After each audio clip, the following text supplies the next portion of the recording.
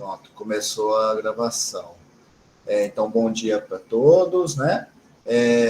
Obrigado pelo feedback. Bruna, que falou que estava... Perguntei um pouquinho antes se estavam me ouvindo. A Bruna falou que sim. Obrigado aí pelo feedback. Então, vamos lá. Nessa aula, né? Nós vamos começar agora a ver, de fato, o conteúdo. E hoje nós vamos começar a falar sobre primitivas. Então, a gente vai começar dizendo o que é uma primitiva, certo?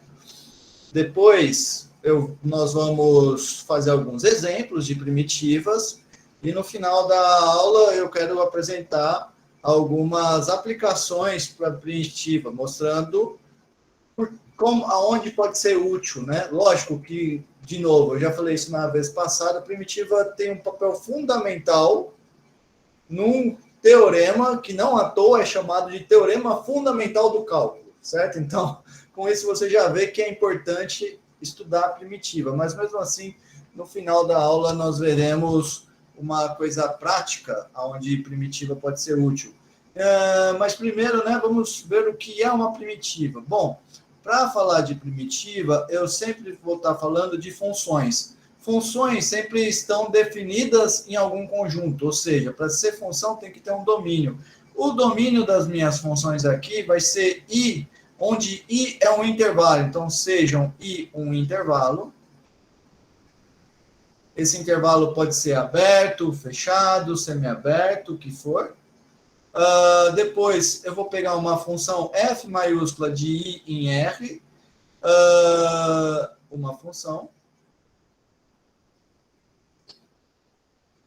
E vou pegar uma outra função f minúscula.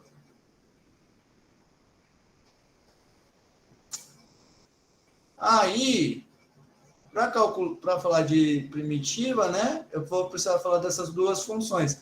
Aí, eu vou ter o seguinte, a função f maiúscula é dita primitiva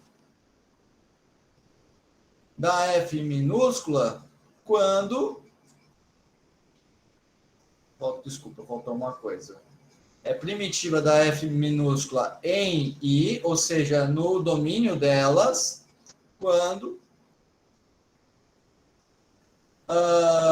a f' de x é igual a f de x para todo x pertencente a I, certo? Então, para a função f maiúscula ser primitiva da f minúscula, eu tenho que ter que a derivada da f maiúscula é igual a f minúscula, tá bom? Uma coisa também que é importante eu dizer agora é que neste momento eu coloquei aqui em I, mas no que vai seguir eu vou omitir essa fala e sempre vai estar subentendido que eu sempre vou estar falando no domínio das funções, certo? Que é o caso aqui. I é o domínio dessas funções. Então, sempre vai estar subentendido que eu estou trabalhando no domínio das funções. Outra coisa importante a dizer é que, geralmente, as minhas funções aqui, o domínio vai ser todo R. Então, o mais comum vai ser o caso em que I é todo R. Tá bom? Vamos lá, então, fazer agora alguns exemplos disso. Então, por exemplo, você tem que se lembrar, né? A função mais fácil de calcular a derivada, né? Lembre-se que se eu pego n, um número real, e número real sem ser zero, senão dá problema. E eu chamo de fn a função x elevado a n. Então, eu tenho que a derivada do fn é nx elevado a n menos 1, certo? Então, a derivada de x elevado a n é n vezes x elevado a n menos 1. Deste modo... Professor, Oi. o que é que está escrito ali? É n pertence aos reais, aí o que é aquele símbolo ali? Barra invertida quer dizer exceto. Ah, tá, exceto entendi. pelo conjunto do zero. Obrigado. Por nada. Deste modo, a função x elevado a n é a primitiva, não vou pôr a, porque a tem outro sentido, né? É uma primitiva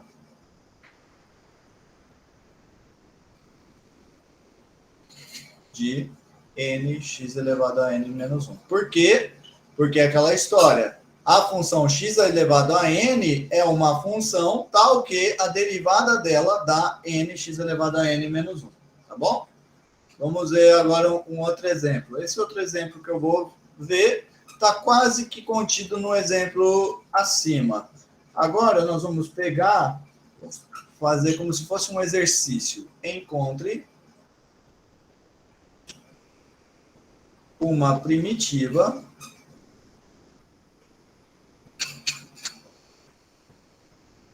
para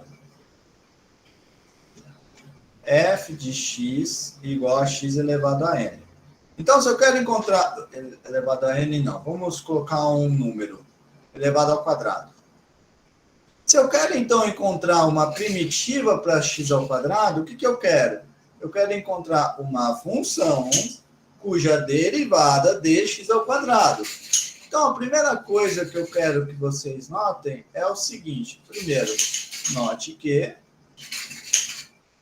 essa coisa do quadrado, né? Que função que daria x ao quadrado? Então, vamos só se lembrar. Se eu pegasse a derivada de x ao cubo, quanto que é a derivada de x ao cubo? É 3x ao quadrado. Então, olha só, tá quase lá, né? Qual que é o problema? O problema é que eu tenho um 3 aqui, né? Mas daí, o que eu posso fazer? Bom, eu sei que na derivada, eu posso tanto colocar constante dentro da derivada, quanto tirar a constante da derivada. Então, eu vou pegar essa minha equação aqui e vou multiplicar dos dois lados por 1/3. Multiplicando dos dois lados por 1/3, eu vou ter que a derivada de x ao cubo sobre 3 é igual a x ao quadrado. Portanto, a função x ao cubo sobre 3 é uma primitiva de x ao quadrado. Alguma dúvida até aqui? Se tiver alguma dúvida, pode falar, tá? Bom,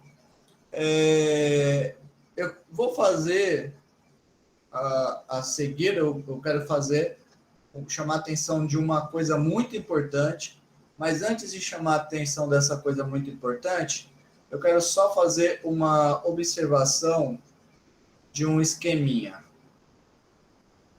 O esqueminha é o seguinte: o que é que a gente estava acostumado a fazer até agora no cálculo, que vocês viram no cálculo 1? Você tem lá um conjunto das funções deriváveis. Então, aqui é o conjunto que tem todas as funções que são deriváveis. Aí, o que a gente fazia? A gente pegava essas funções e calculava a derivada delas. E caía aqui nesse conjunto, que é qual conjunto? O conjunto das funções, eu vou escrever assim, que são derivada de alguém.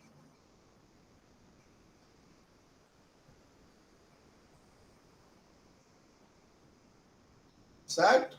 Até agora a gente fazia isso. A gente pegava as funções deriváveis, calculava a derivada dela e caía nesse conjunto. Agora, o que a gente vai fazer é o caminho inverso. A gente vai pegar uma função e vai tentar encontrar uma função cuja derivada dessa função que a gente vai encontrar é a função que eu tinha a priori. Tá bom? Então, isso é primitiva. Então, esse aqui é o caminho da primitiva. Tá claro? Então, derivada eu vinha da esquerda para a direita e primitiva eu vou da direita para a esquerda. Muito bem. Agora, eu quero chamar a atenção de uma coisa. derivada, toda função possui uma única derivada. Sabendo que toda função possui uma única derivada, surge então uma pergunta natural, que é a seguinte: a primitiva que eu vou encontrar é única? Não. Não, muito bem. Por exemplo, aqui no x ao quadrado, alguém pode me dar uma outra primitiva de x ao quadrado? X ao cubo sobre 3 mais uma constante. Tipo 2, 3. Exatamente. Por exemplo, então, para responder essa pergunta, não. Por exemplo,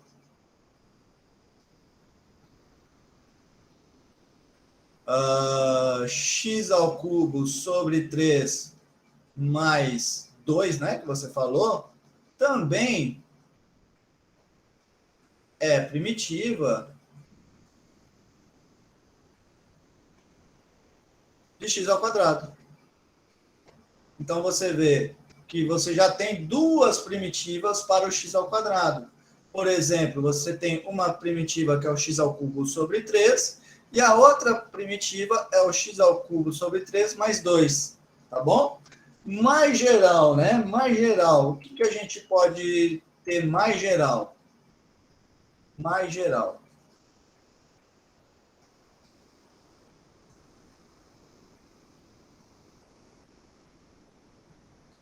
Nós podemos fazer o seguinte: se f é primitiva, que é o que o colega acabou de falar, se f maiúscula é primitiva de f minúscula, então, se eu definir uma função g que é af mais c, com c sendo constante,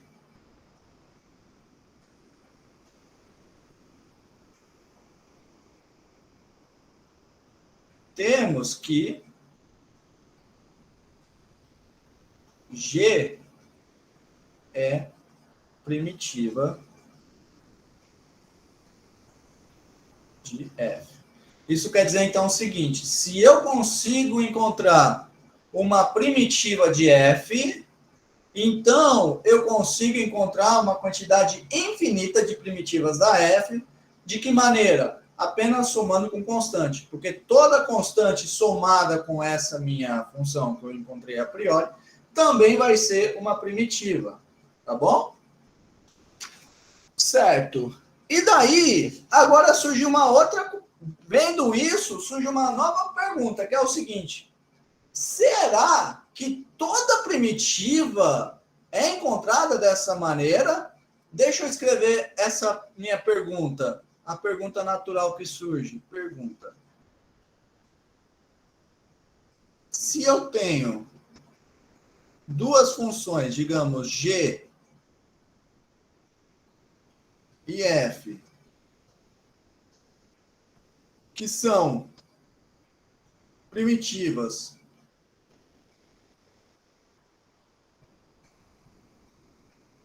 de f, então, será que eu posso afirmar que existe uma constante c tal que a minha função g é a f mais c? Dessa maneira, o que eu estou dizendo? Eu estou dizendo assim: eu já sei que se f é uma primitiva, então f mais constante também é primitiva. Agora eu tenho uma nova pergunta, que é: será que todas as primitivas são escritas dessa maneira, f mais c? Vocês já viram, provavelmente, bom, quem me falou na aula passada que viu todo o conteúdo, já viu isso. Só que viu isso com uma roupa diferente. Teorema do valor médio. É uma consequência exatamente do teorema do valor médio. Eu vou refazer todos os passos, caso alguém não tenha visto, certo? Mas, com certeza, quem viu toda a ementa viu isso, só que com uma roupagem diferente. Agora eu só vou mudar a roupagem. Mas vamos lá. Eu vou assumir que todo mundo sabe o teorema do valor médio e vou só usá-lo para fazer os resultados. Bom, eu vou fazer dois teoremas, um teorema, um corolário, e depois eu vou fazer a resposta dessa pergunta, que vai ser um outro corolário. O primeiro corolário que eu vou fazer é o seguinte: se a derivada de f é igual a zero para todo x no intervalo, então existe uma constante c,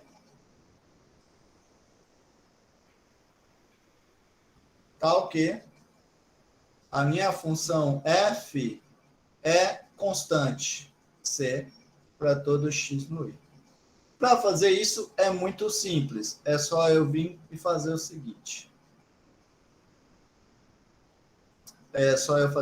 Eu quero mostrar que a função é constante, certo? Para mostrar que a função é constante, o que eu vou fazer? Eu vou pegar dois elementos quaisquer do i e vou mostrar que f desses dois elementos é igual, certo? Pela arbitrariedade desses elementos, eu vou concluir, então, que a minha função é constante. Então, vamos lá, começando. Vou fazer a demonstração em preto. Dados dois caras no i, x1 e x2, pertencentes a i, distintos. Se eles são distintos e eles estão nos números reais, eu tenho que um é maior do que o outro. Então, eu vou ter que x1 é menor do que x2 ou x2 é menor do que x1. Sem perda de generalidade, eu escrevo assim. Por que sem perda de generalidade, né? Porque se vou assumir que o x1 é menor do que o x2, mas se o x2 for menor do que o x1, é só tudo que eu for fazer em seguida você trocar, onde tem 1 coloca 2, onde tem 2 coloca 1, tá? Então, o que eu vou fazer? Eu tenho que x1 é menor do que x2. Aí acontece o seguinte: como a função f ela é derivável. Se ela é derivável no todo i, então a função f é derivável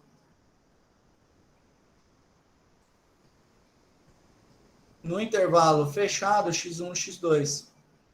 Certo? Então, como f é derivável em x1, x2, segue do teorema do valor médio que vai existir um c dentro desse intervalo, tal que f de x1 menos f de x2 é igual a f' de c vezes x1 menos x2. Isso aqui é o teorema do valor médio. Agora, você vai lá no teorema do valor, vai lá na tua hipótese e você vê o seguinte: na tua hipótese está dizendo o quê? Que a derivada da f maiúscula é zero. Então, isso aqui vai ser 0 vezes x1 menos x2. 0 vezes qualquer coisa é 0. Horas, então você tem que a diferença entre f1 e f2 é sempre 0. Portanto, você tem que f de x1 é igual a f de x2 para qualquer... Oi, diga. O que é SPG? É o que eu falei antes, sem perda de generalidade. Obrigado. Vou assumir, sem perda de generalidade, que x1 é menor do que x2, porque ou x1 é menor do que x2, ou x2 é menor do que x1.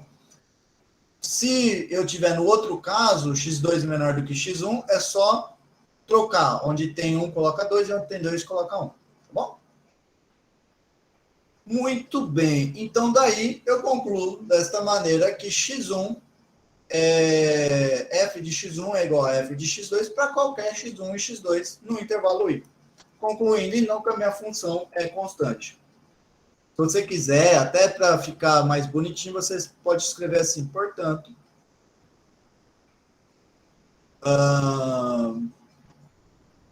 f de... definindo, vou escrever bem bonitinho. Portanto, definindo C como sendo f de x1, x2 não é qualquer coisa, então você vai ter termos que f de x, que é o x2, é igual a c, que é o f de x1. Para todo x pertencente a ele. E acabou. Muito bem. Todo mundo tinha visto já esse teorema? Ou foi novidade para alguém?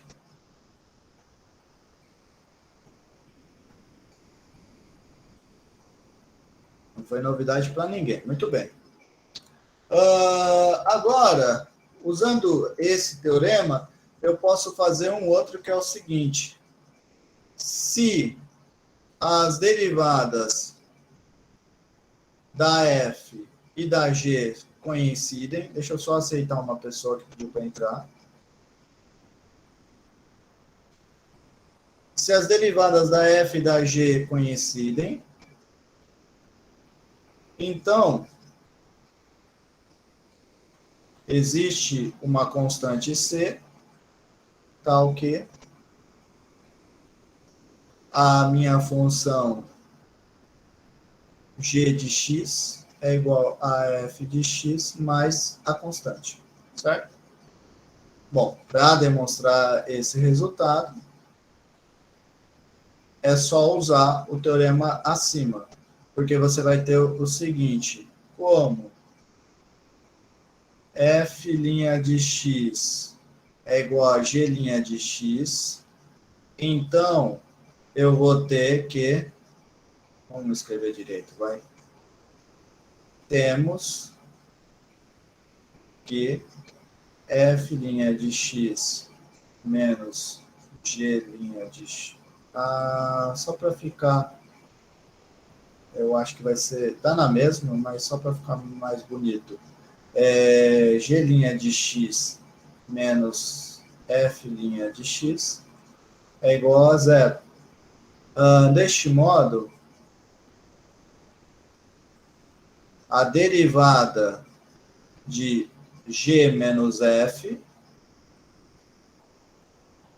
vocês sabem, né, de propriedades de derivada, é isso daqui, e por causa do que a gente fez acima, esse cara aqui é igual a zero, certo? Agora, eu tenho então uma função cuja derivada é zero. Pelo teorema acima, você vai ter então que existe uma constante c, tal que a g de x menos f de x é igual a c. Portanto, g de x é igual a f de x mais c. Certo? Muito bem. Agora, eu vou voltar. Isso daqui foi tudo para lembrar, para a gente fazer agora no resultado que a gente quer usar. De fato, o que eu quero fazer é responder aquela pergunta. A resposta daquela pergunta vai ser esse corolário que eu vou escrever agora, que é, se f e g são primitivas,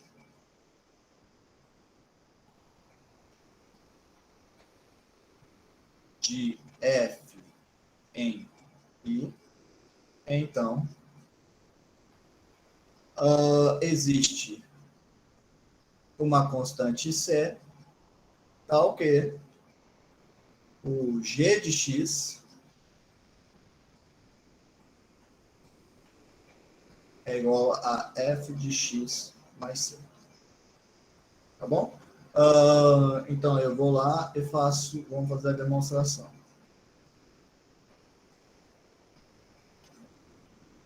Demonstração muito simples, né? É só usar então o que a gente fez acima. Só usar esse resultado que a gente acabou de mostrar. Que se as derivadas coincidem, então existe uma constante de modo que uma função é igual a outra mais a constante. Então, é só eu fazer o seguinte, como f e g são primitivas de f em i, temos o quê? Eu vou ter a f maiúscula é primitiva da f minúscula. Então, a derivada da f maiúscula é igual a f minúscula. Mas a g também é primitiva. Então, quer dizer que a derivada da g é igual a f minúscula. ou seja, a derivada da f é igual à derivada da g. Então, pelo teorema acima, pelo corolário acima, na verdade, existe uma constante tal que g de x é igual a f de x mais c para todo x no intervalo. E acabou. Por que é legal, né? Juntando, então, esse corolário que a gente fez com essa observação aqui, eu posso concluir a seguinte observação.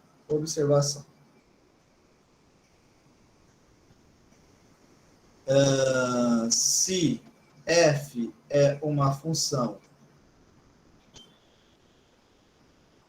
e f maiúscula é uma primitiva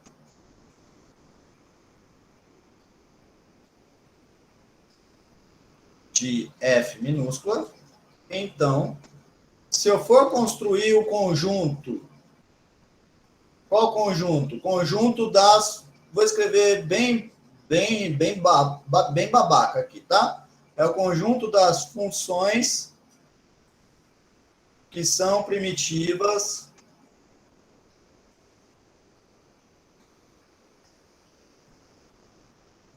da minha função f minúscula. Quem vai ser o conjunto dessas funções? Pelo que a gente fez acima, vai ser a primitiva f maiúscula mais uma constante.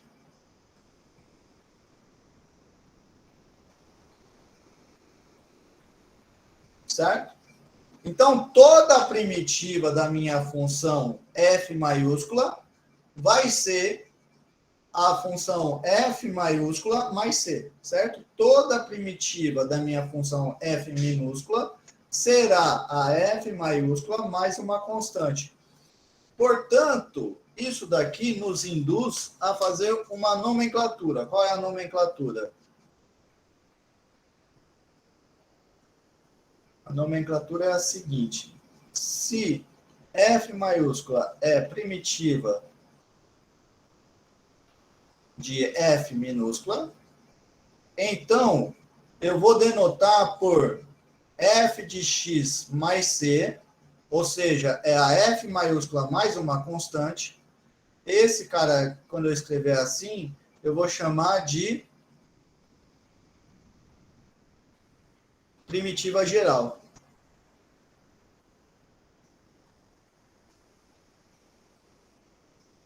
Por que primitiva geral? Porque, de novo, toda primitiva da f minúscula vai ser a f maiúscula mais uma constante. Alguma dúvida até aqui? Não? Muito bem. Então, agora nós vamos fazer diversos exemplos para encontrar primitivas gerais.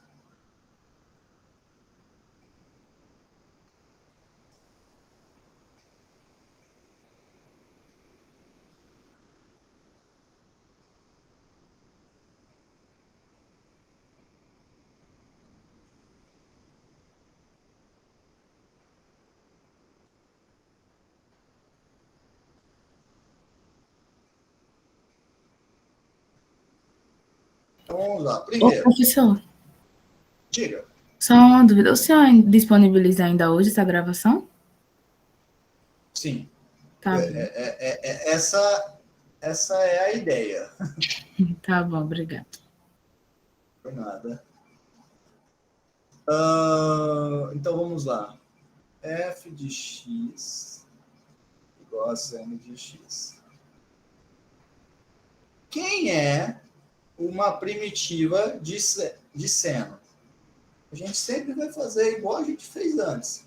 Quem é uma função cuja derivada dá seno? Alguém pode me dizer? Menos cosseno. Certo. Vamos começar com o cosseno. Derivada do cosseno dá menos seno. Se a derivada do cosseno dá menos seno, eu faço aquela coisa que eu fiz igual no outro. Multiplico dos dois lados por menos 1, e eu tenho, então, que a derivada do cosseno, do menos cosseno, dá seno. Se a derivada do menos cosseno dá seno, então é exatamente o que o colega acabou de dizer. O menos cosseno é uma primitiva do seno. Portanto, menos cosseno mais constante é a primitiva geral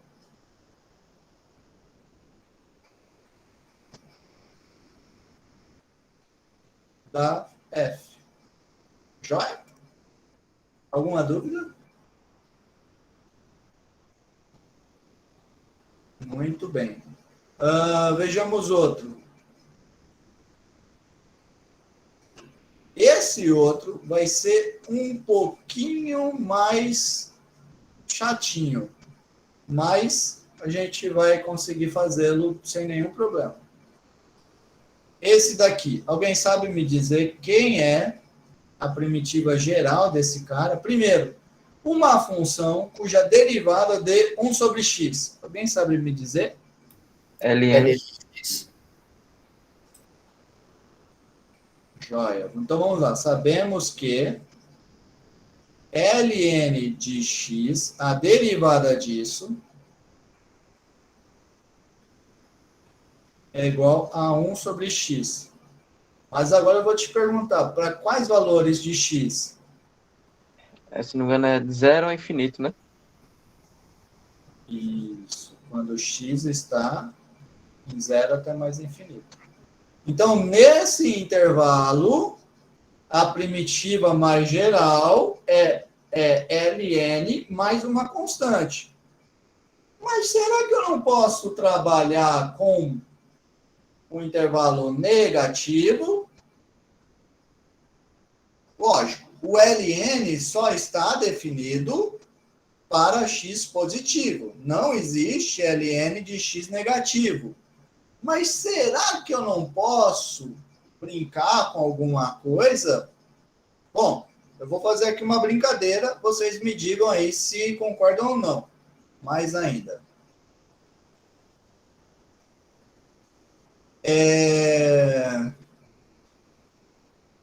Eu vou fazer aqui a derivada, não do ln, mas sim do ln do menos x. Por quê? Se o x, agora aqui eu estou pensando em x no intervalo de menos infinito até zero, certo? Por que eu estou nesse intervalo? Por que eu estou pegando aqui menos x? Porque se o x é negativo, então menos x é positivo. Se menos x é positivo, então tem sentido falar do ln, correto? Tudo bem? Agora, quem é a derivada desse cara? Bom, regra da cadeia. Derivada do ln é 1 sobre o que está dentro do ln, menos x, vezes a derivada do menos x. Quanto que é a derivada do menos x? Menos 1. Então, esse cara vai dar 1 sobre x. Olha só que legal! Então, quer dizer que o ln de menos x também é uma primitiva de 1 sobre x. Só que agora no outro intervalo. No intervalo de menos infinito até zero. Tá bom? Agora, o que eu vou querer fazer? Eu quero meio que juntar essas duas coisas. Eu quero juntar essas duas coisas. O ln de x e o ln de menos x.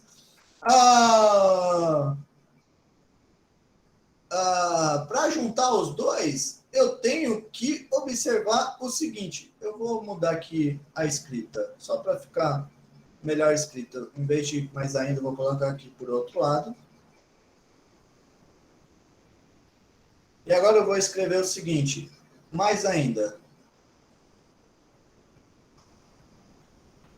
O ln de módulo de x. Quanto que é o ln do módulo de x? Horas. O ln do módulo de x vai ser... Módulo de x é x quando x é positivo. Ou seja, quando x está no intervalo de 0 até mais infinito. E ele é o ln e o módulo de x é menos x quando o x está no intervalo de menos infinito até 0. Olha só. Então, essa função que está dentro desse colchete, tanto no primeiro caso quanto no segundo caso, é exatamente a função ln do módulo de x. Então, quem vai ser a nossa primitiva? Vai ser o módulo de x, tá bom? Só que eu preciso tomar um cuidado. Aí você poderia falar assim para mim, beleza, professor. Então, a primitiva geral é o ln do módulo de x mais constante, certo? Só que você tem que tomar um cuidado. Qual que é o cuidado que você tem que tomar? Você pode pegar uma... lembrando, eu sempre pego primitivas em intervalos. Eu tenho aqui uma primitiva no intervalo de 0 até mais infinito e outra primitiva no intervalo de menos infinito até 0, certo? Então, o que acontece? Você pode pegar uma constante no intervalo de 0 até mais infinito e outra constante no outro intervalo. Então, quem vai ser a primitiva mais geral? A primitiva mais geral vai escrever assim. Portanto, a primitiva geral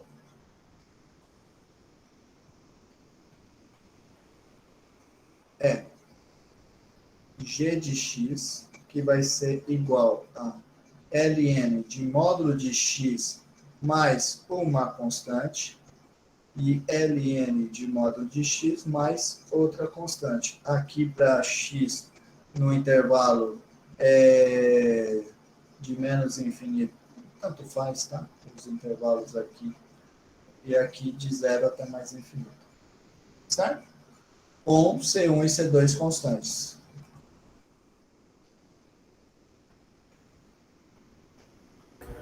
Ô, professor, Diga. se C1 e C2 são constantes, a gente não só poderia fazer a união não desses conjuntos, desses intervalos, tirando o zero?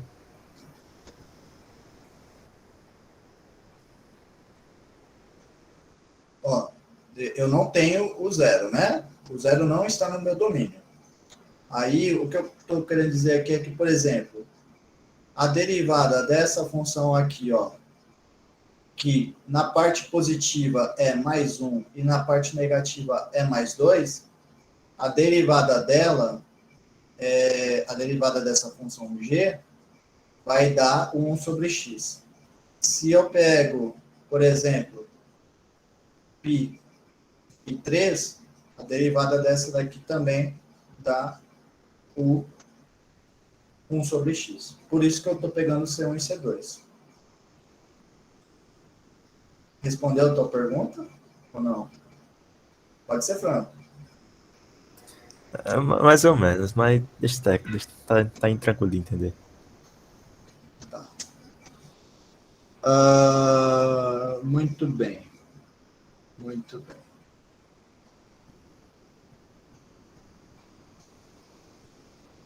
Agora vamos para o próximo. Agora a gente vai fazer vários exemplos mais simples. Se agora eu tenho f de x como sendo x elevado a n, de novo, n é um número real sem ser o zero. Aqui eu não vou chamar a atenção disso, mas tem que ter um cuidado, que no caso em que o n é um número racional, essa função só vai estar definida para x positivo, tá? Mas eu não vou entrar nesses detalhes. Mas é importante ter isso de alerta. Bom, agora eu vou então encontrar a primitiva desse cara. Aí é a mesma história de antes. Como?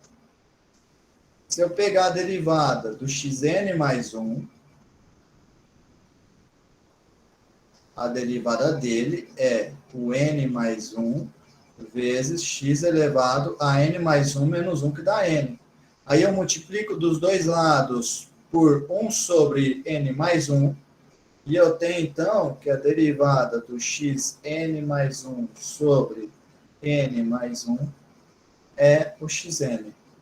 Então, quem é a primitiva de xn? Portanto, a primitiva geral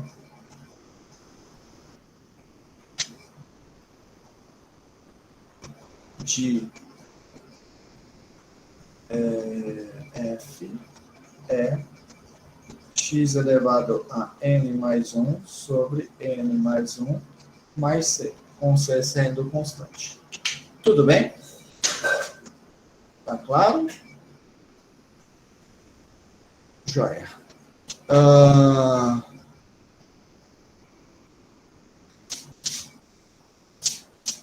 Certo. Agora, vamos fazer mais alguns exemplos. B. Quem é a primitiva de e elevado a x? Ora, quem é a derivada de e elevado a x? Alguém se lembra? E elevado a x. É o próprio e elevado a x. Então, como isso aqui acontece, nós temos que e elevado a x mais c é a primitiva geral de f. E agora eu fiz antes o seno, né? Agora vamos fazer o cosseno.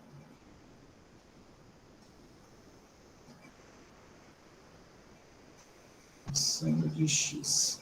Quem é a primitiva geral desse cara? Ora, como a derivada do seno é o cosseno, temos que o cosseno mais constante é a primitiva geral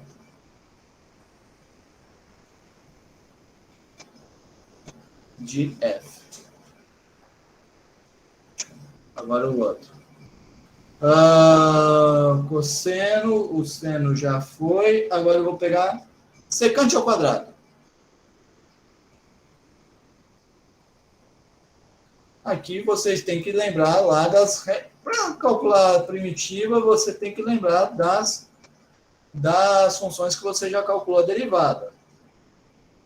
Quem é que é a derivada da secante ao quadrado? A tangente. A derivada da tangente é secante ao quadrado. Então, eu tenho que tangente mais c é a primitiva geral de f. Depois, nós vamos lá, secante vezes tangente. Aí, de novo, você tem que se lembrar que a derivada da secante é secante vezes tangente. Falta um x aqui. Desta maneira, temos que... Falta um x aqui também. Nós vamos ter que secante de x mais c é a primitiva geral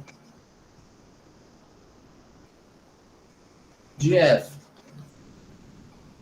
Eu vou fazer vários aqui, dos principais lá do cálculo 1, só para depois, mais para frente, quando precisar, já está feito e ninguém vai ter desculpa para falar, eu nunca vi que a derivada dessa função era essa daí que você está dizendo, tá? FGH. Então, nesse primeiro momento vai parecer maçante, mas isso vai ajudar para a gente ir mais rápido no futuro. 1 sobre raiz quadrada de 1 menos x ao quadrado. Quem é que a derivada dá isso daqui? Aí você tem que se lembrar como a derivada do arcosseno dá 1 sobre raiz quadrada de 1 menos x ao quadrado. Temos que arcosseno de x mais constante é a primitiva geral de f. E se eu pego agora, eu vou só copiar para ganhar tempo. Não vai dar certo. Não vai dar certo. Vai pegar o índice. Mas tudo bem. GHI. Se eu pego f de x agora como sendo menos 1 sobre raiz quadrada de 1 menos x ao quadrado. Horas. É agora a mesma coisa. Como? Só que agora é o arco cosseno. Arco cosseno.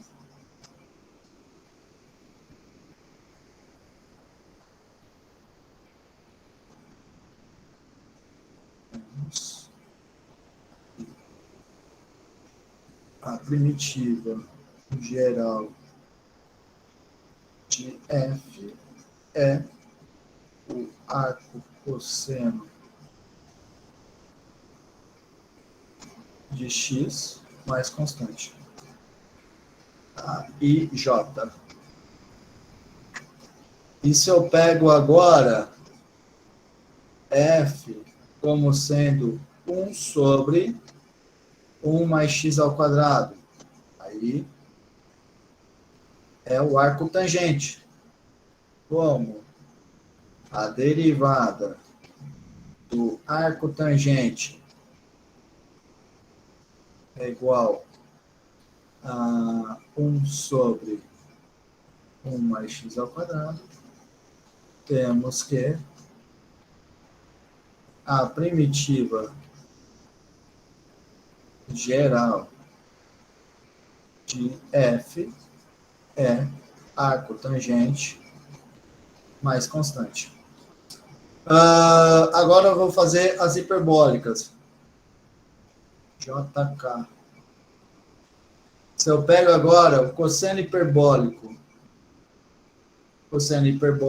para quem não se lembra, é o e elevado a x mais e elevado a menos x sobre 2. Bom, eu sei que a derivada do seno hiperbólico, aqui eu vou fazer um parênteses só para vocês se lembrarem, quem é o seno hiperbólico de x? O seno hiperbólico é o e elevado a x menos e elevado a menos x sobre 2. A derivada do seno hiperbólico é o cosseno hiperbólico.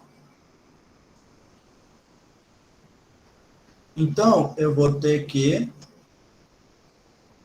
o seno hiperbólico de x mais constante é a primitiva geral de cosseno hiperbólico.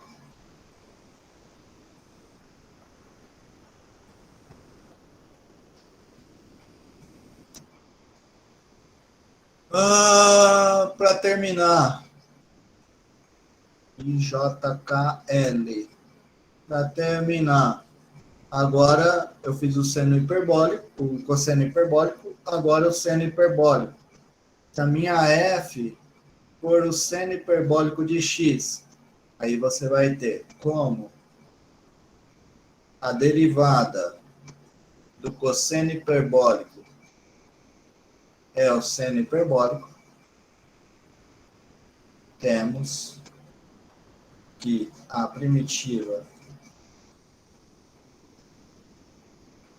geral de f é cosseno hiperbólico de x mais constante. Muito bem. Essa é uma tabelinha de primitivas que vocês têm que ter aí guardada no bolso para fazer todos os exercícios que a gente for fazer, basicamente.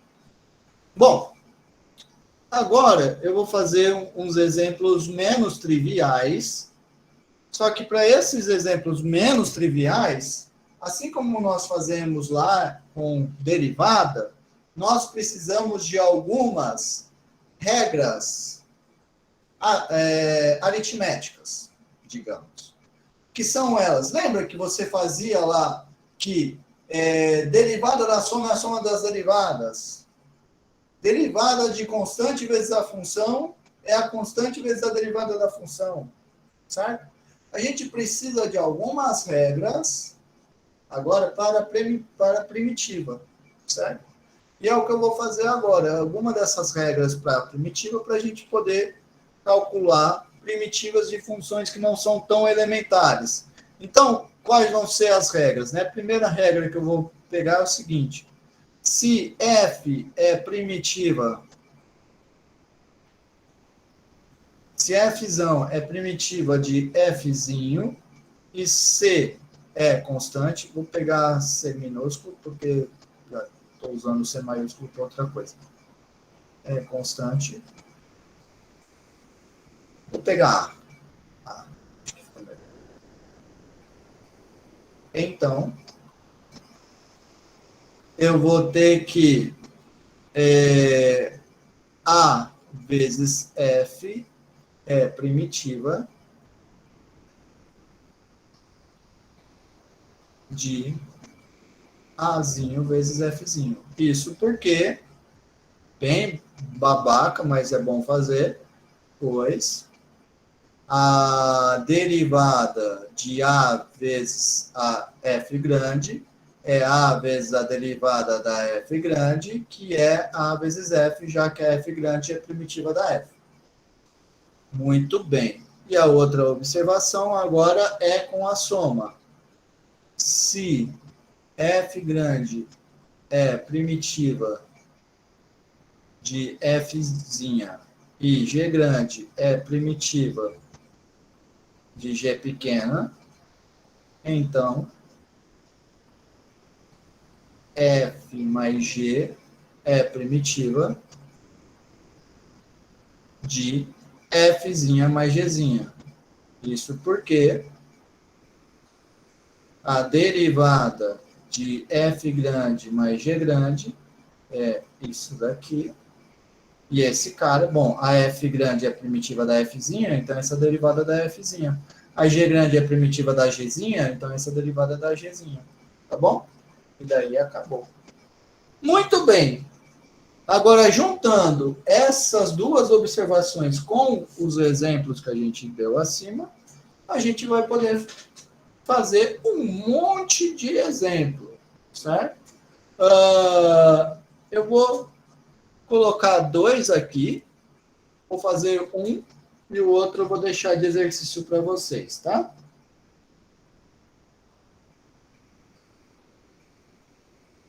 Bom, então vamos lá. Primeiro, exemplo. Encontre todas as primitivas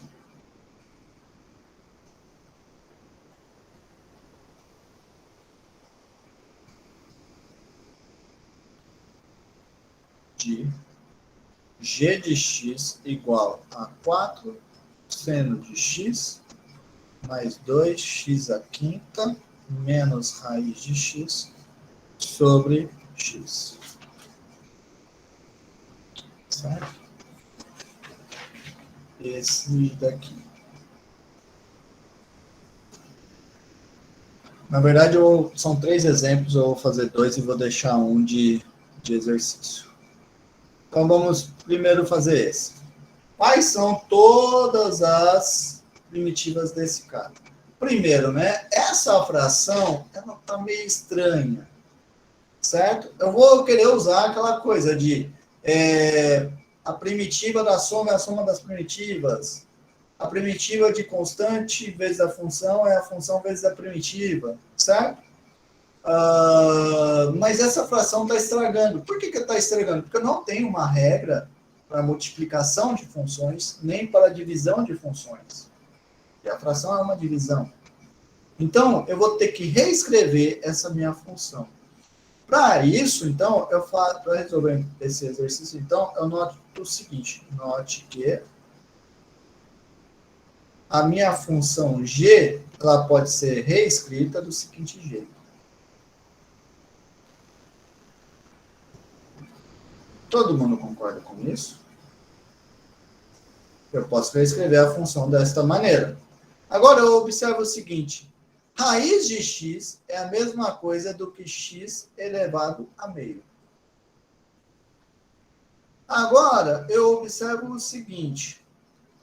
Horas. Divisão, né, desses caras vai ser x elevado a 5 menos 1,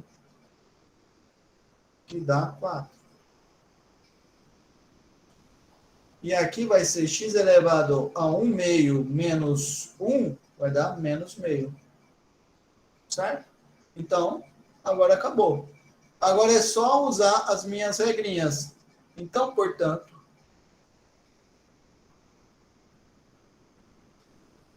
vou achar agora uma primitiva.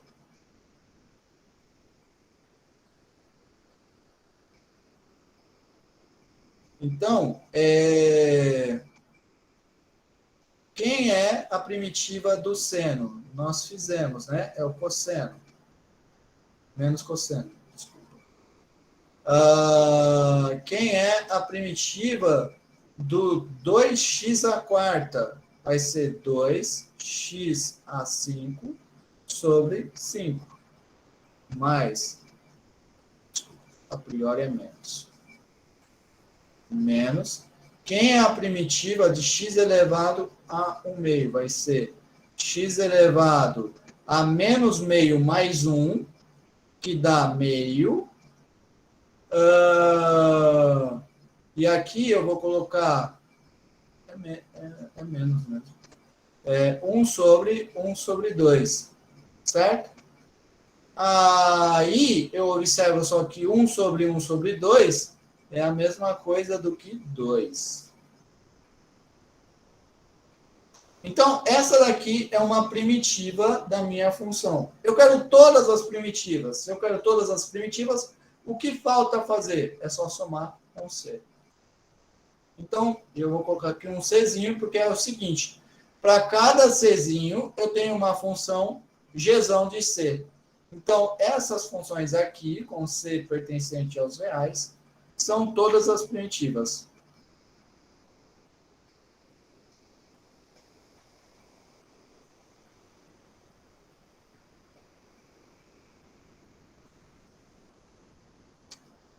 Dúvidas? Alguém ficou com alguma dúvida nesse exemplo? Não? Muito bem.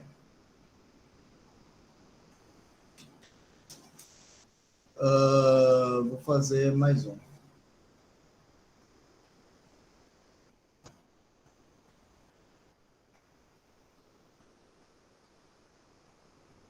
Existe uma função f tal que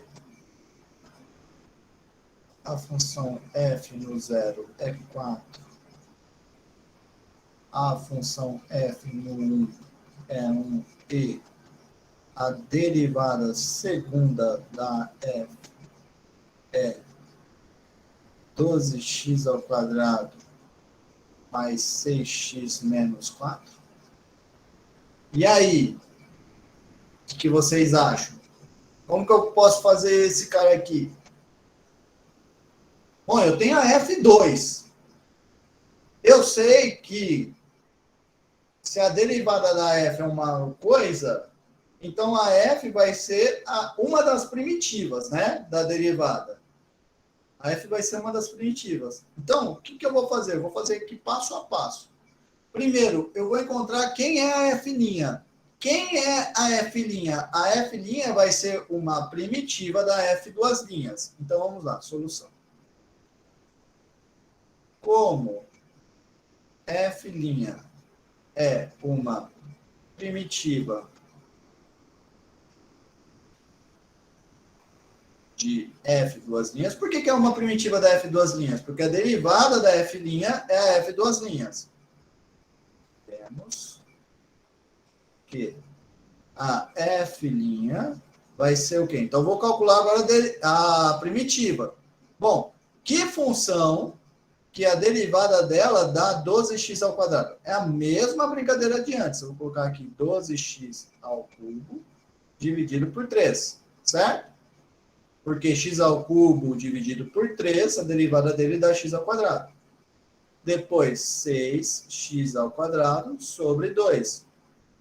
Menos 4x a 1 sobre 1. Aí não preciso colocar. Mais uma constante. Tá joia? Estão entendendo? Alguma dúvida? Vocês ficaram muito calados de repente. Meu sinal que tá ruim. Ou Tô tá muito tranquilo, fácil? pessoal. Tô tranquilo. Joia. Agora, eu encontrei quem é a F'. Agora eu vou encontrar a F. Aí eu faço como F é uma primitiva de F', temos que a minha F vai ser o quê? Bom, vai ser 12, x elevado a 3 mais 1, 4, dividido, aqui 3 vezes 4, mais 6, x elevado a 2 mais 1, que dá 3, dividido por 2 vezes 3. Menos 4x elevado ao quadrado, dividido por 2, mais 6cx, mais d, com d, outra constante. Muito bem. Agora eu posso simplificar, né? 12 dividido... 3 vezes 4 dá 12. 12 dividido por 12 dá 1. Então, isso aqui vai dar x à quarta. Mais 2 vezes 3 dá 6. 6 dividido por 6 dá 1, x ao cubo. Menos 2x ao quadrado, mais 6x mais d. Agora eu vou usar a minha hipótese. Qual que é a minha hipótese? A minha hipótese é que o f de x, o f do 0 é 4 e o f do 1 é 1. Dessa maneira, então, eu posso fazer o seguinte. Como f do 0 é 4, temos. Então, vamos lá. 4 é igual ao f do 0. O f do 0 é o quê? Bom, vai ser 0 mais 0, menos 0, mais 0, mais d. Então, vai dar só o d. Então, d é 4. Portanto não, vou colocar aqui logo. Logo, a minha função f de x será x à quarta mais x ao cubo menos 2x ao quadrado mais cx mais 4. Essa é a minha função. Agora eu tenho que usar outra hipótese. Qual é a outra hipótese? É o f de 1 igual a 1. Agora eu vou lá e faço. Como f de 1 é igual a 1, temos 2 pontos. 1 é igual ao f de 1. E o f de 1 vai ser o quê? 1 à quarta dá 1. Mais 1 ao cubo dá 1. Menos 2 vezes 1 ao quadrado, que dá 1. Então, 1 vezes 2 dá 2. Depois, mais c vezes 1 dá 1. Mais 4. Então, eu vou concluir o quê? Aqui eu vou ter 1 mais 1, 2. 2 menos 2, 0. Então, eu vou ter c mais 4 do lado direito. Subtraio dos dois lados por 4. Eu vou ter 1 menos 4 igual a c. Então, eu concluo que o c é igual a menos 3. Portanto, eu vou lá e substituo. A minha f de x vai ser x ao cubo, x à quarta, mais x ao cubo, menos 2x ao quadrado. No lugar do c, menos 3. Menos 3x mais 4. E acabou. Ficou alguma dúvida desse exemplo? Não? Eu vou deixar, como eu falei para vocês, um exemplo para vocês fazerem. Tem no livro esse exemplo, tá? Mas vou deixar aqui para vocês fazerem. Existe uma função f tal que f' de x é igual, vou colocar aí embaixo, f' de x é igual a e elevado a x mais 20, 1 mais x ao quadrado, tudo isso elevado a menos 1, e a f de 0 é igual a menos 2? Pergunto para vocês, existe esse caso? Fica de exercício para vocês, tá? Vou colocar aqui, tarefa para casa. Muito bem.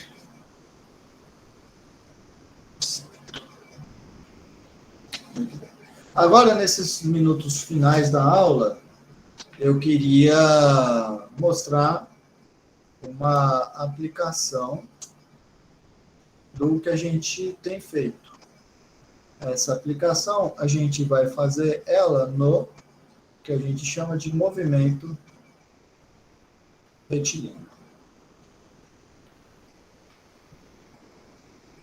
O movimento retilíneo, Professor, nada mais... Oi, diga. tem como retornar só um momento para eu tirar um print da tarefa? Certo. Pronto, professor. Professor, eu tive uma... Lerdei rapidinho nessa parte, quando o senhor colocou 1 menos 4, que foi igual a sec, deu menos 3. Você poderia repetir essa parte final, por favor? Sim. É aqui, ó. 1 mais 1 menos 2. Eita, travou. Espera aí. Tomar dedos cruzados para a gente não perder nada, que às vezes, se eu não salvei, eu vou perder tudo. Espera aí, só um pouquinho para ver se o meu computador destrava.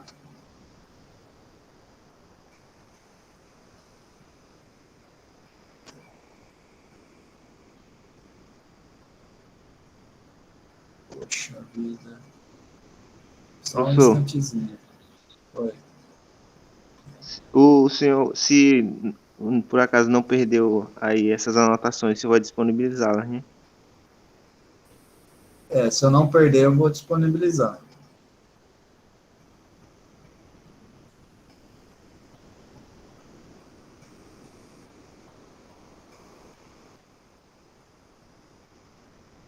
Só vamos esperar para ver se ele volta ao normal. Ele apareceu aqui para mim que o aplicativo não está respondendo. Vamos aguardar aqui alguns minutos. Espera aí. Eu vou até fechar minha câmera, porque deve ser que o meu computador está muito sobrecarregado. Vamos esperar só um instantezinho. Um minutinho a gente volta aqui.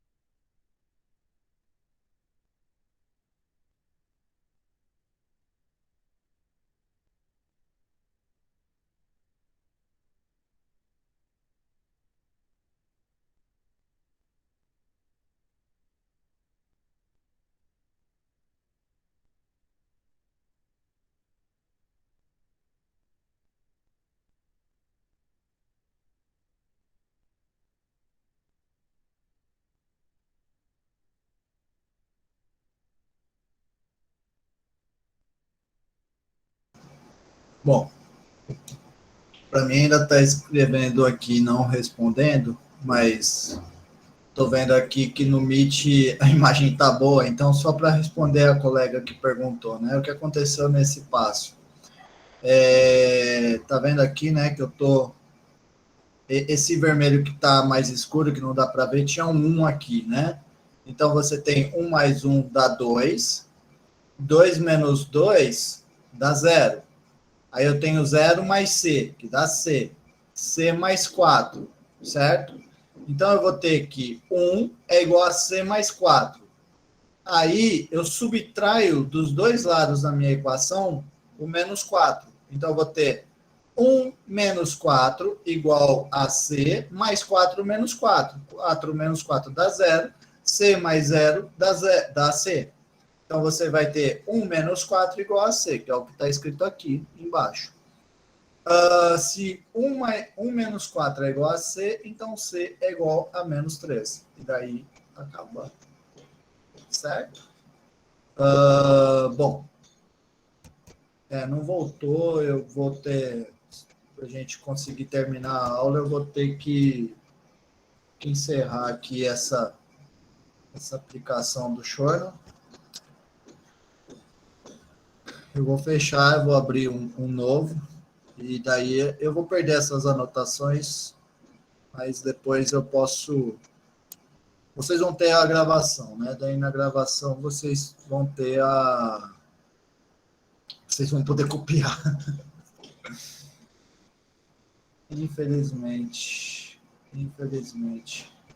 Bom, deixa eu abrir então novamente o Shorno. Só para eu fazer a parte do movimento retilíneo que está faltando para a aula de hoje.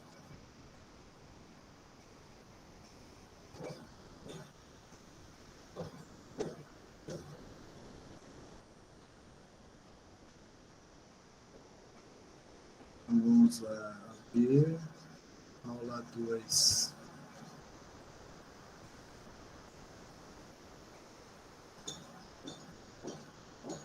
Não salvou nada. Eu não tinha salvo nada.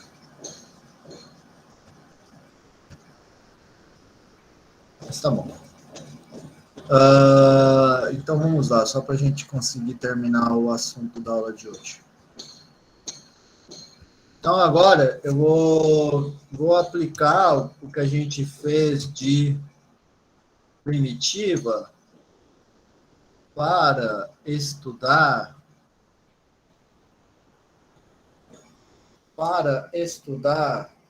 o movimento retilíneo.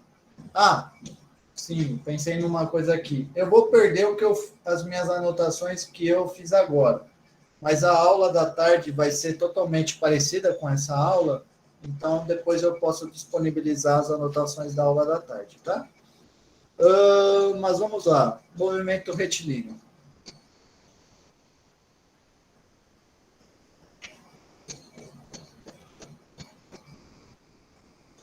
Movimento retilíneo. Alguém falou alguma coisa? Diga, José. Pode falar, você está com a mão erguida?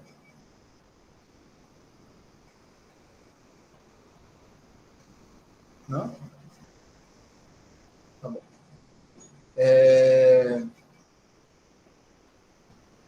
Então vamos lá, movimento retilíneo. O que é o movimento retilíneo? É um movimento de uma partícula ao longo de uma reta. Vocês já devem ter estudado isso lá no cálculo 1.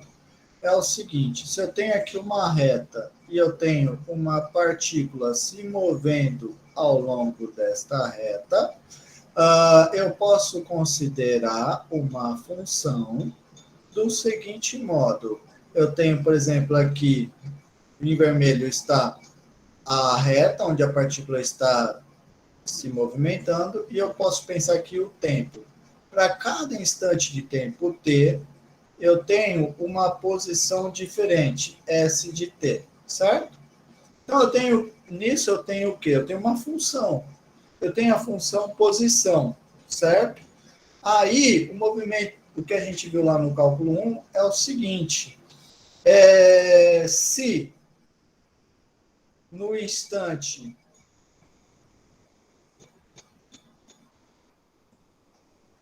t,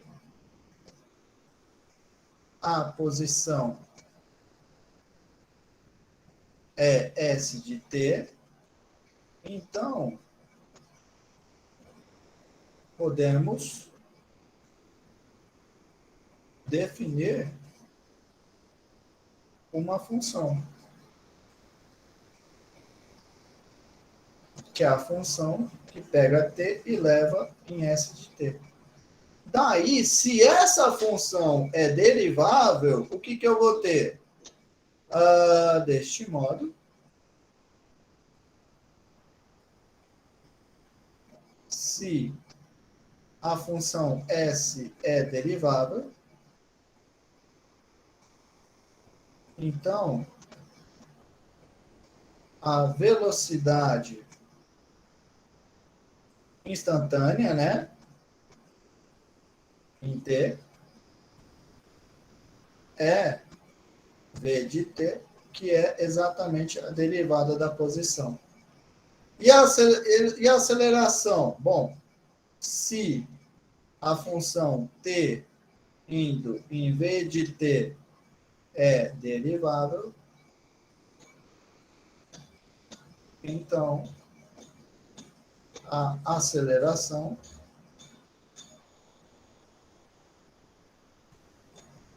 é a de t. A de t vai ser a derivada do v, e o v já é a derivada do s. Então, o a vai ser a derivada segunda do s, tá bom? Isso aqui é só uma revisão do que vocês provavelmente já viram lá no cálculo 1. Agora eu venho e vamos fazer o nosso exemplo de aplicação de primitiva, que é o seguinte. Bom, então você tem que se lembrar o seguinte. Pensa agora no caminho inverso. Eu falei agora, se eu tenho a posição S, então a derivada da posição é a velocidade. Agora você pode pensar no caminho inverso. Se eu tenho a velocidade, quem é a função posição? Ora, a função posição é a primitiva da velocidade. Se eu tenho, eu sei também que a derivada da velocidade é a aceleração. Agora pensa no caminho inverso. Se eu tenho a aceleração, quem é a velocidade? Ora, essa velocidade é a primitiva da aceleração. Tudo bem? Só fazendo o caminho inverso. Então, fazendo essas observações, a gente pode fazer os seguintes exemplos. Primeiro, uma partícula se move ao longo de uma reta com aceleração a de t igual a 6t mais 4, digamos, centímetros por segundo ao quadrado. Aí eu pergunto o seguinte, se em t igual a zero, a velocidade é menos 6 centímetros por segundo, e a posição é 9 centímetros, então, peço para vocês, determine a posição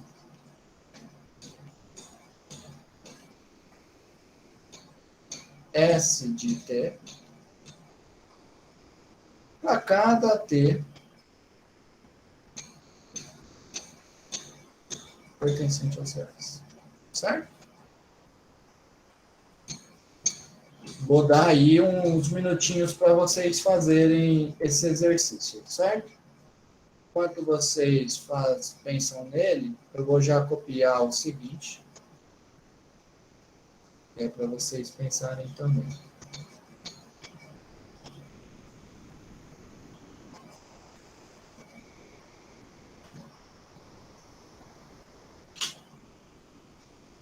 Podem já começar a fazer o exercício de cima, tá?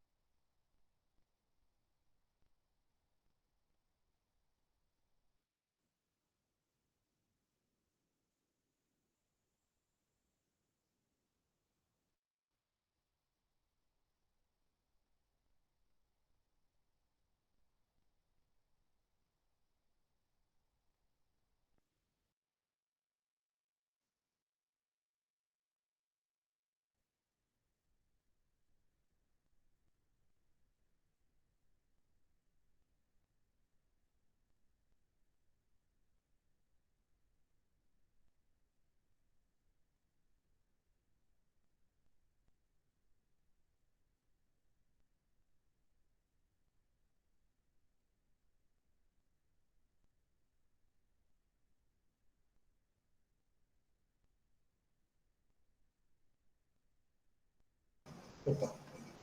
E aí, conseguiram fazer o exercício? Tá Quem saindo. conseguiu fazer? Tá saindo ainda. Tá saindo? Tá bom. Dá mais um tempo aí, então, para você pensar. Mais um minutinho. E os demais, como que estão? Fazendo ainda. Certo. Tá dando certo? Tá no caminho Por ou enquanto, sim. tá... Vai. Tem alguém que ainda tá perdido, que nem conseguiu começar? Não se sintam acanhados, viu? Podem falar, é normal.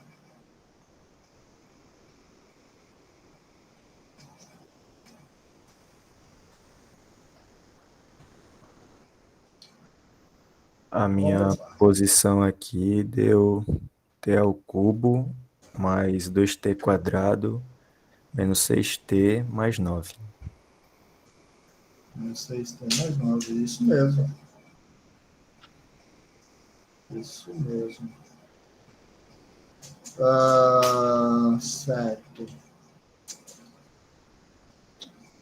Vamos lá, então. Eu vou fazer aqui para quem não conseguiu fazer, ou também para quem conseguiu e quer verificar se de fato pensou certo.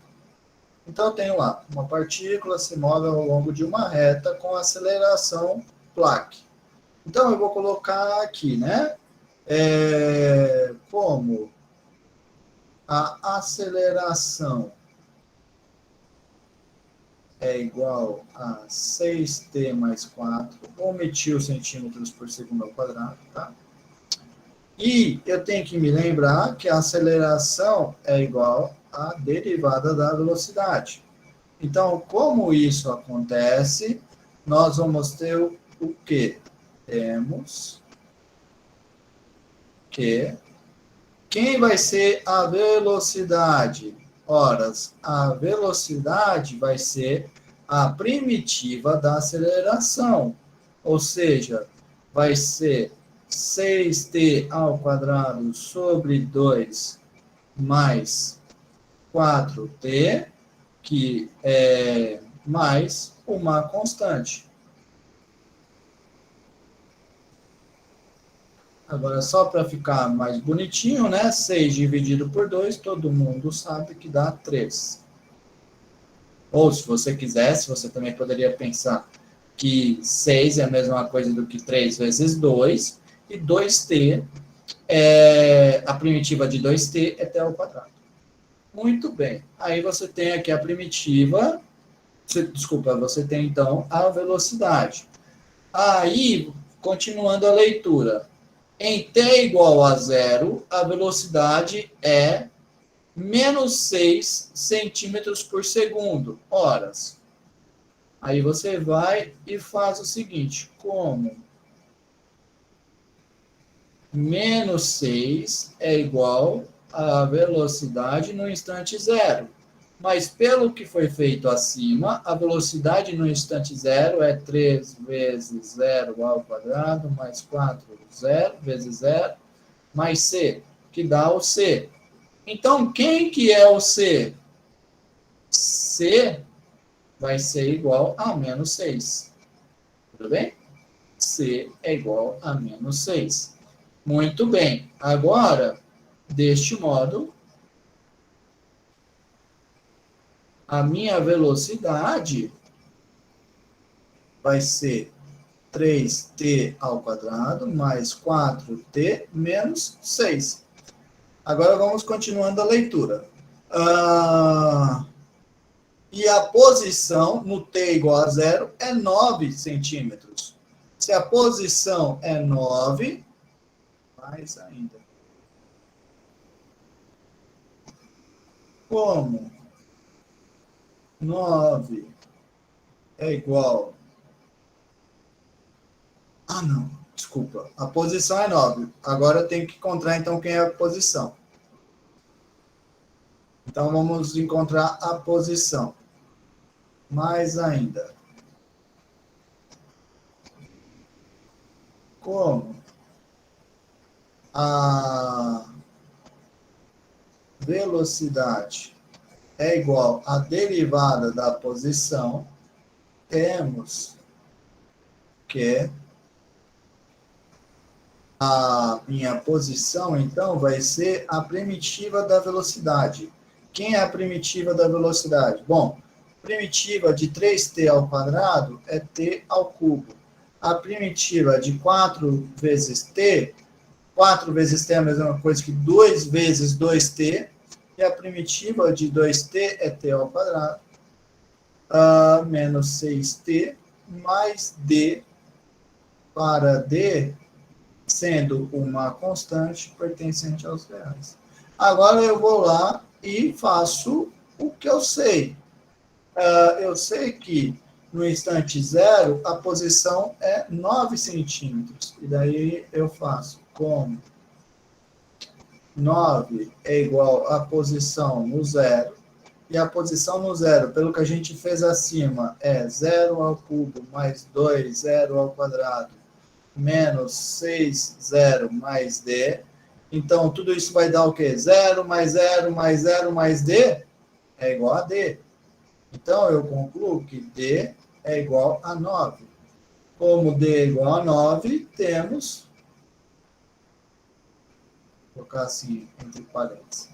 Temos que, que o meu S de t vai ser t ao cubo mais 2t ao quadrado menos 6t mais 9. E acabou o exercício, que é exatamente o que a gente queria. Determine a posição S de t em cada t real. Ficou alguma dúvida? Alguém não entendeu a solução? Não? Então vamos lá. Não. Temos ainda 5 minutinhos. Dá para a gente fazer mais um exemplo. Vamos lá, então. Eu tenho uma bola arremessada para cima com velocidade 15 metros por segundo. Então, você tem aqui a bola e essa bola é arremessada para cima. Com a velocidade, eu vou colocar aqui V0 igual a 15 metros por segundo. Certo. Aí, ele fala o seguinte, que ela é arremessada a partir de um penhasco. Então, vamos dizer que você tem aqui um penhasco, né? Um penhasco de 140 metros, e aqui embaixo você tem o solo. E vamos dizer que você está aqui deitado no chão, jogando a bola aqui do penhasco, certo? Muito bem. Aí o que vai acontecer, né? Essa bola vai subir e depois vai cair.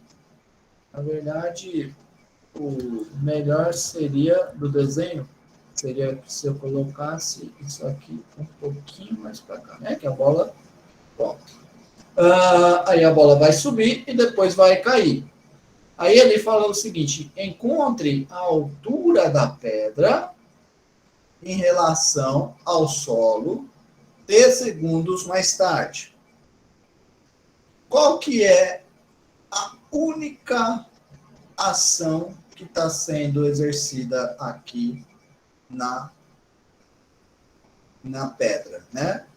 Tem a tua primeira força, mas depois da tua primeira força, a única ação que está sendo exercida na pedra é a ação da gravidade. Aí você tem que se lembrar que essa velocidade essa aceleração, né? A gente tem a aceleração da gravidade vai ser 9,8. Mas essa ação da gravidade, a gravidade está puxando para baixo, certo? Então, essa aceleração é negativa. Ele está puxando para baixo, tá bom? Muito bem. Então, eu já tenho a minha aceleração. Agora, se eu tenho a minha aceleração, eu sei calcular a minha velocidade. Então, daí eu venho e faço como a velocidade A derivada da velocidade é a aceleração. Temos que a velocidade vai ser a primitiva da aceleração. Quem que vai ser a primitiva da aceleração? Vai ser isso aqui, menos 9,8 t mais uma constante. Certo? Deixa eu escrever tudo em preto, só para não me confundir com o enunciado. Muito bem. Então, pronto. Esse cara aqui, então, é a minha velocidade. Agora, eu tenho uma informação na velocidade no instante inicial. No instante inicial, a velocidade é 15 metros por segundo. Aí você vem e faz, já que a velocidade no instante inicial é 15, vou omitir o metros por segundo, temos que 15 vai ser igual a menos 9,8 vezes 0 mais C. Ou seja, C é igual a 15. Portanto, logo, a minha velocidade será menos 9,8 T mais 15. Muito bem. Encontre a altura da pedra T segundos mais tarde. Então, eu quero a posição da pedra, certo? A altura da pedra vai ser a posição da pedra. Então, eu vou agora ter que encontrar a minha função posição. Aí eu venho e faço como a velocidade é igual à derivada da posição, temos que, então, a minha posição será a primitiva da derivada. Quem é a primitiva da derivada? Vai ser menos 9,8 t ao quadrado dividido por 2, mais 15t, mais d, com d sendo um número real. Bom, agora, para terminar, né? Eu preciso encontrar quem é d. Para encontrar quem é D, eu vou usar uma informação. Qual que é a informação? Olha, eu comecei o movimento acima do penhasco. O penhasco para o solo tem uma altura de 140 metros. Então, na verdade, o que acontece é que a minha posição no instante zero é 140. Se a minha posição é 140,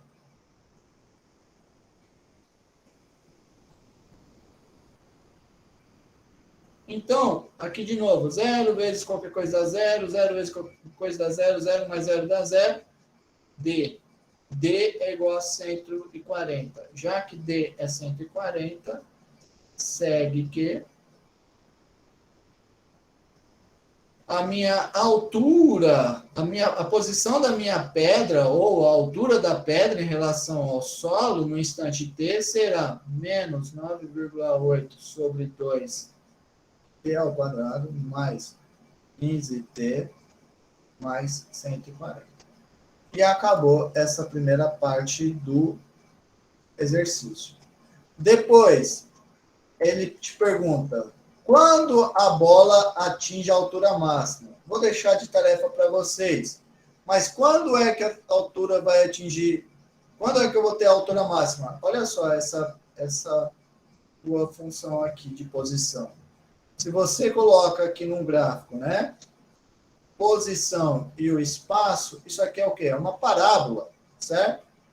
Uma parábola. Então, quando é que eu vou atingir a altura máxima? No vértice da parábola.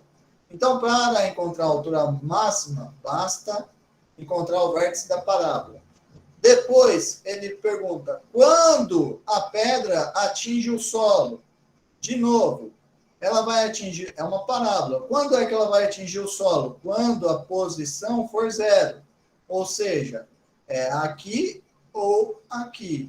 Eu não posso pensar no que aconteceu antes do instante inicial, só no instante final, certo? Só depois do instante zero. Então, o ponto aonde ela atinge o solo é essa raiz, tá bom? Então, No que segue o exercício, o que você tem que fazer? No primeiro momento, encontrar o vértice e no segundo momento, encontrar essa raiz. E desta maneira você termina o exercício. Eu vou parar por aqui porque o tempo já venceu, tá? Mas se vocês tiverem alguma dúvida, podem aproveitar esses minutos finais ou podem me mandar um e-mail. Alguém tem alguma dúvida? Não?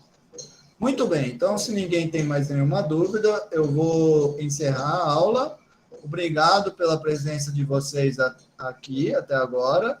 E lembrando só que a partir da semana que vem eu vou começar a cobrar presença, tá? Eu vou fazer chamada durante a aula, coisa que eu não fiz nem na terça passada, nem hoje. Então, obrigado pela participação e até a próxima, pessoal. Tchau, tchau. Até, pessoal. Até mais, Tchauzinho. professor. Tchau, professor. Tchau, tchau.